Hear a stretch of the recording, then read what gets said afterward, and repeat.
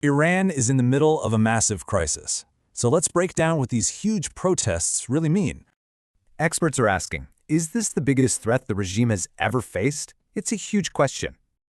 And the human cost is just brutal. A rights group says nearly 500 protesters have already been killed. Chants like "death to Khamenei" are replacing traditional prayers. That's a direct shot at the leadership. This all started with anger over the economy, but now it's about the whole system. And just look who's getting caught in the violence. We're talking about totally ordinary people here. So the regime's response? A near total internet blackout to try and stop people from organizing. And you can just feel the fear. One journalist said her contact had never, ever sounded that scared before.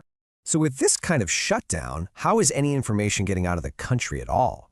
Well, some are getting creative, using satellite internet like Starlink to get around the government's block. But using it is incredibly dangerous. You could get years in prison, maybe even a death sentence.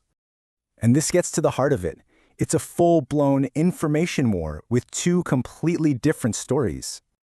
The regime is trying to control the narrative, even showing their version of events to Western ambassadors.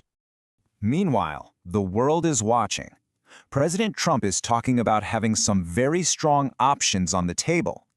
He's reportedly even weighing military options, talking about a desire to, quote, rescue protesters. But, history casts a long shadow here. A past U.S. rescue mission in Iran was a total disaster. The U.S. has huge power, for sure, but Iran isn't helpless. They can, and they would, retaliate. Which brings us to the ultimate question. Is this it? Has Iran finally reached a tipping point? So what would it actually take to bring down a regime this powerful and this entrenched?